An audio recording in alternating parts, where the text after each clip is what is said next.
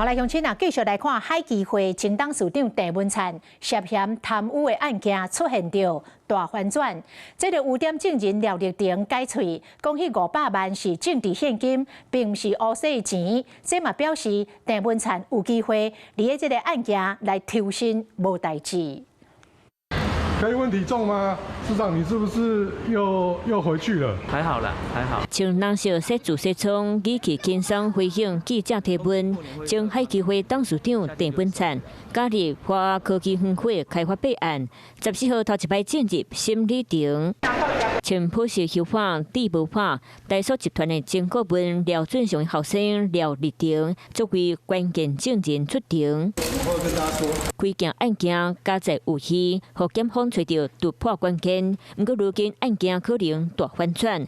根据周刊报道，廖立庭透早虽然检方指控的态度讲500万是乌洗钱，因为郑文灿伫咧一场会议内底满足需求。检方指控两边就是对价关系。下晡继续听审，郑文灿律师反击，提出当时桃园市政府的会议记录，结论无放任标准，所以无满足需求。后续检辩两边针对500万现金的性质开始攻防。审判长提问，廖立庭所解释讲是政治现金，而且关键的餐厅含官舍食饭，家己拢无在场，有点进行反口供，大反转。市长会不会觉得检方办案太草率了？郑文灿在此，桃园市长期间涉嫌贪腐被起诉，如今关键证人讲法3变动，金流性质为乌洗钱变做政治现金，检测结果含下戏过程含进前的证词无共款，检辩持续司法攻防。